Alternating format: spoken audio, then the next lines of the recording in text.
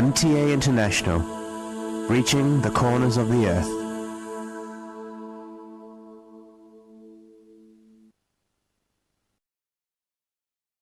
اب حضرت مرزا طاہر احمد صاحب خلیفۃ المسیح الرابع امام جماعت احمدیہ ایدہ اللہ تعالی بنصر العزیز کا خطبہ جمعہ ہوگا۔ حبیبنا صلی علی محمد صلی علی حبیبنا صلی علی محمد صلی علی رسولنا صلی علی محمد صلی علی رسولنا صلی علی محمد صلی علی محمد صلی علی محمد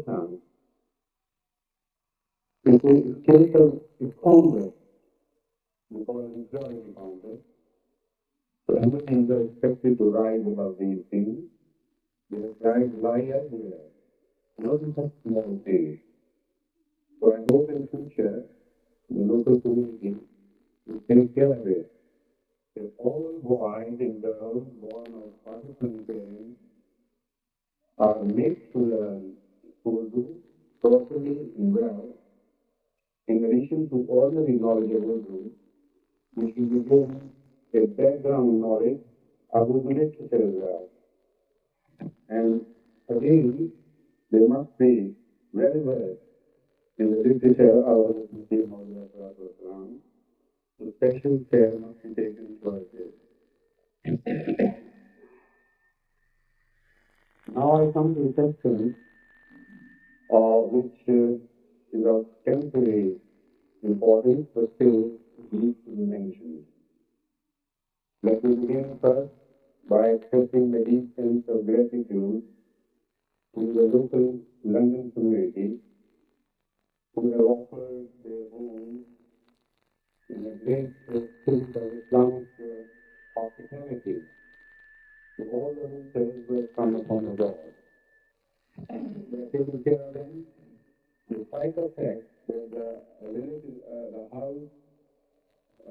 houses are generally small here, and according to the custom, there are not many baths and toilets. So they have to undergo some real hardship, entertaining particularly those who are not related to them. For their sake, they will have to go some difficulties, they have to face some difficulties and problems, because in a family, if you have some guests, there's no relationship, actually, toilet solves the main problem. Apart from that, there are those servants, while in many countries, to the middle class, servants are available to do the washing, etc., after food, if not for the cooking at least. There's so many problems attached to this way of life, and keeping them in view, the hospitality becomes achieves a greater status, and we must be, in proportion to that, be more thankful to them. Although in Islam, the traditional concept of a guest is for 3 days. At the sunset of the 3rd day, or let's extend it to the sunrise of the 4th day, the normal traditional responsibility of hospitality ends.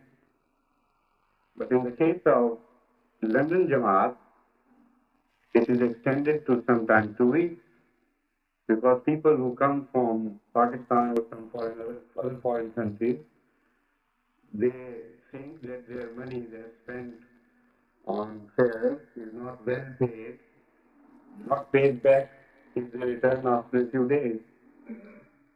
So naturally, because of that and because of their desire to see England, they have to extend their visit, with the result that sometimes 3 days gets extended to 3 weeks.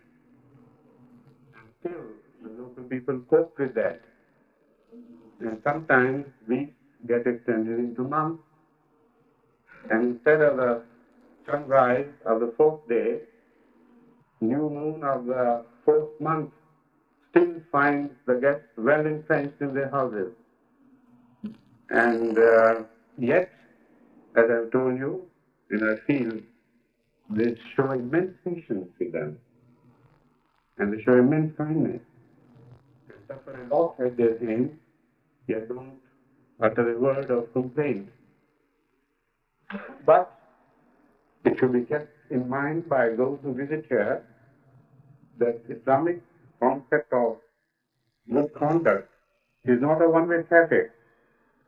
Both the parties have their responsibilities, and they must see to it that they fulfill the responsibilities which fall to their lot. So the guests also have responsibilities. They must see to it that they are properly fulfilled.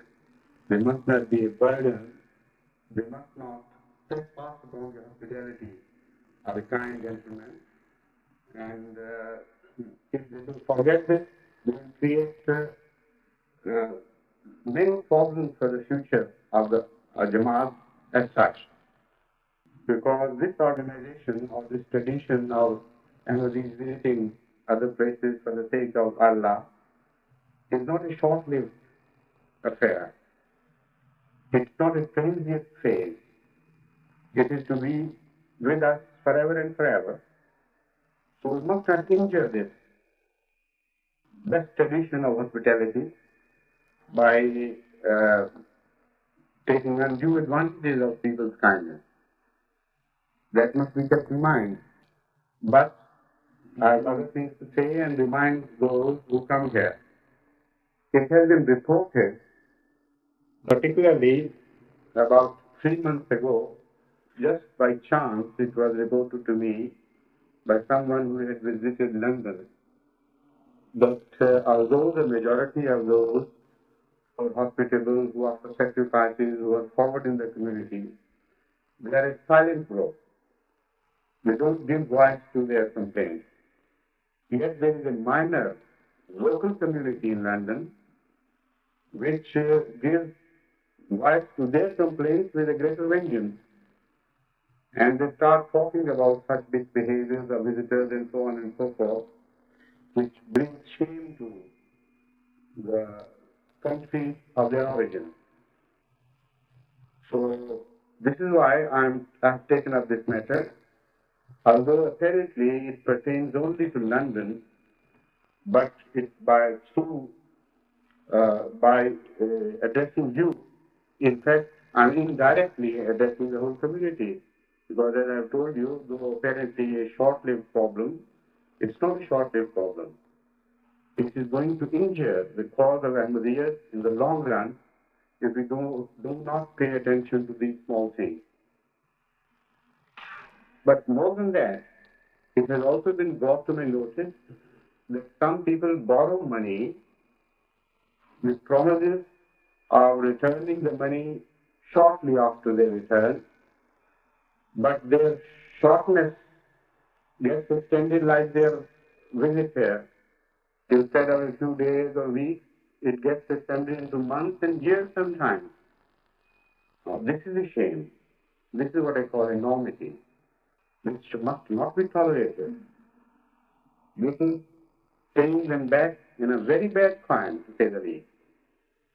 So I warn all the visitors to behave correctly. If they cannot give them any reward, and no reward is expected by their host, at least they should behave like human beings. They should behave like gentlemen. Much more so, they should behave like Muslims, like the followers of the Holy Prophet of Islam, Muhammad, peace be upon him.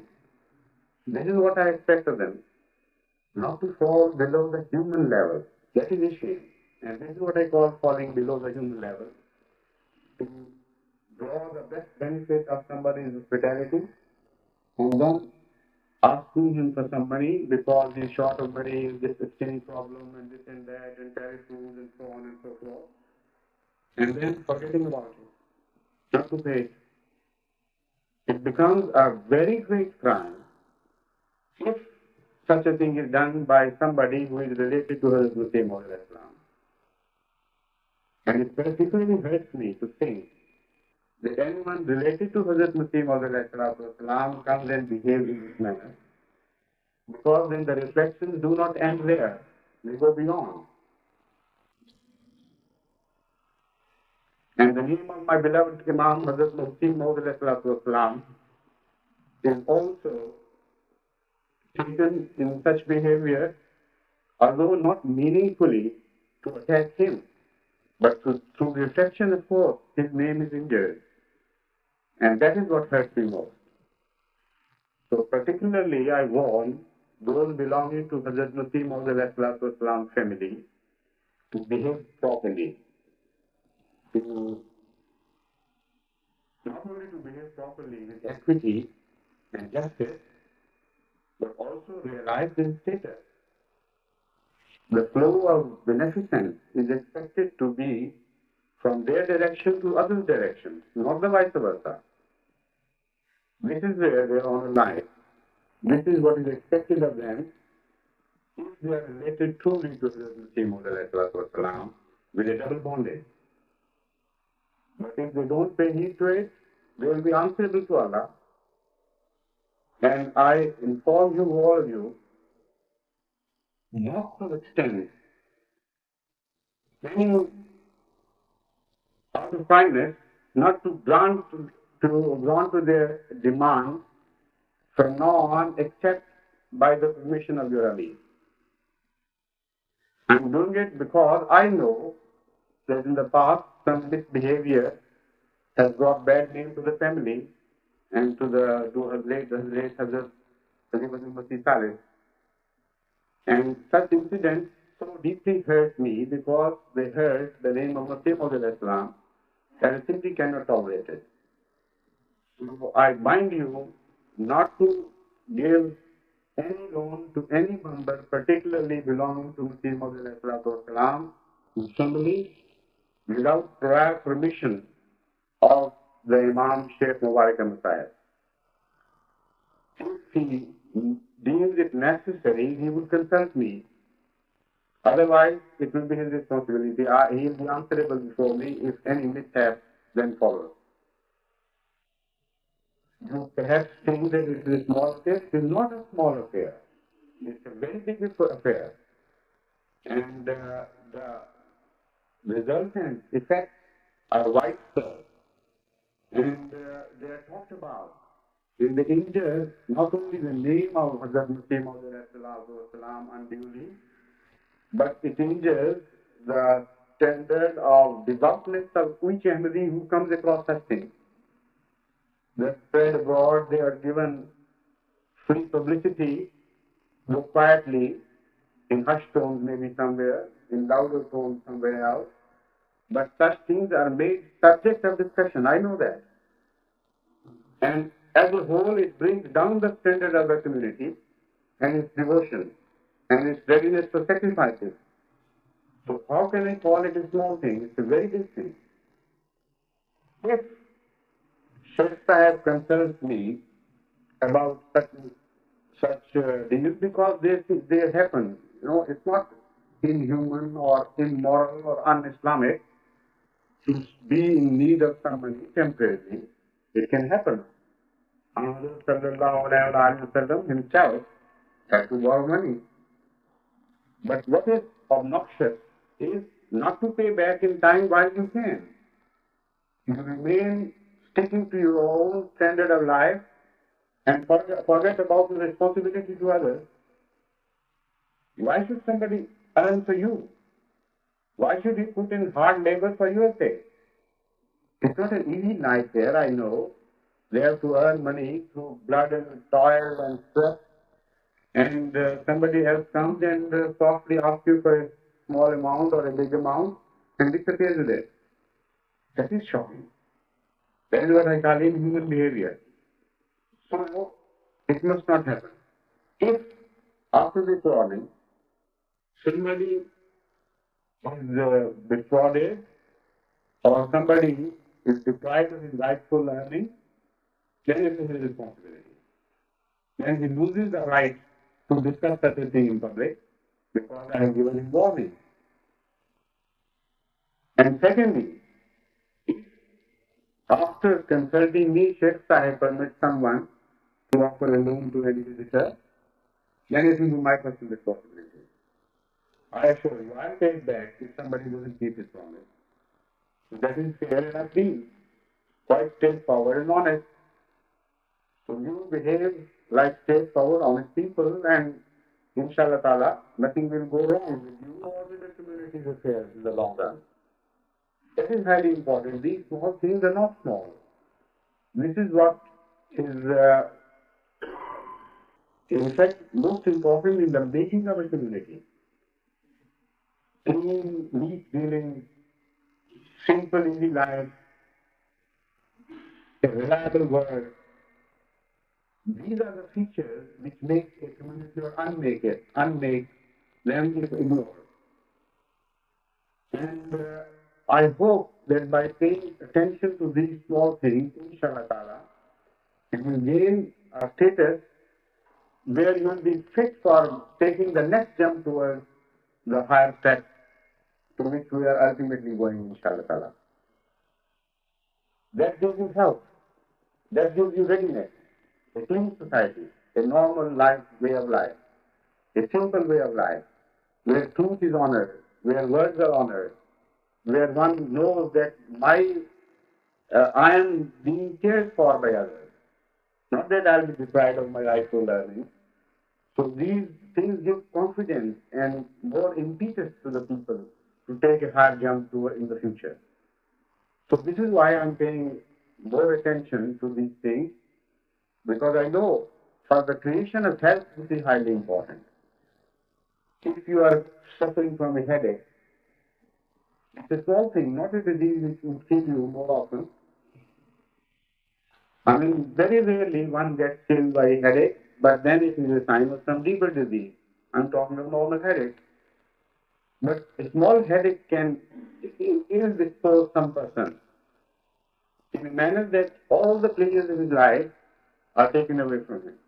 He can't enjoy his food, he can't enjoy his company, he can't enjoy to anything which ordinarily he would enjoy so much. So this is what is ill health here. It takes the desire from you to go forward and live a normal life. So if communities suffer from ill health, however small the disease be, these diseases must be cured, because ultimately such diseased people cannot travel towards their goal with as robust and healthy a step as they should normally. May Allah bless you all. May Allah remind those who are coming here to fulfill their responsibility, and may Allah give them strength to fulfill their responsibility. It is far better to lead a life of simplicity, being deprived of such pleasures of shopping and luxurious things, as is available to many others.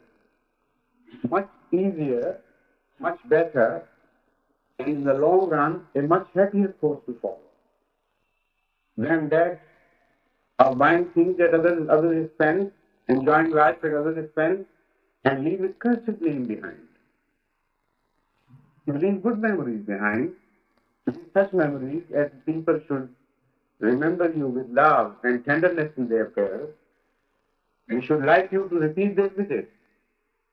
Not that you should wish to Allah that they had never come again.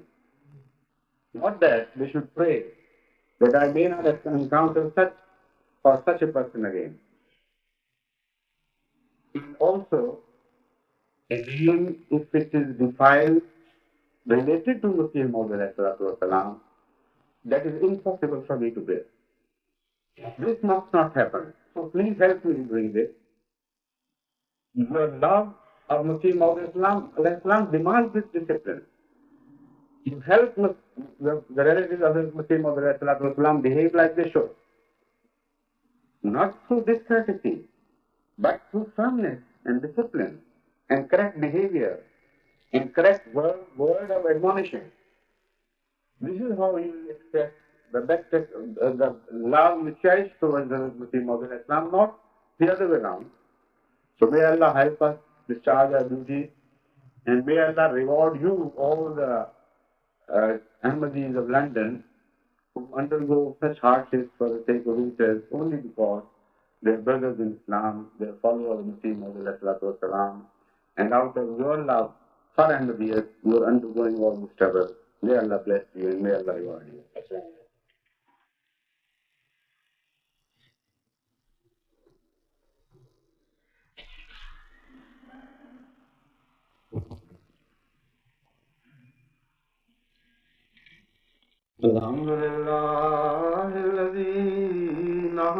Alhamdulillah nahmaduhu wa nasta'inuhu wa nastaghfiruhu wa nu'minu bihi wa natawakkalu alayhi wa na'udhu billahi min shururi anfusina ومن سيئات أعمالنا ومن يهده الله فلا مضل له ومن يضلله فلا هادي له ونشهد أن لا إله إلا الله وحده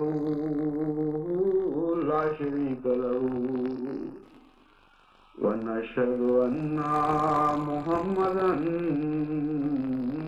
عبده ورسوله عباد الله رحمكم الله إن الله يأمر بالعدل والإحسان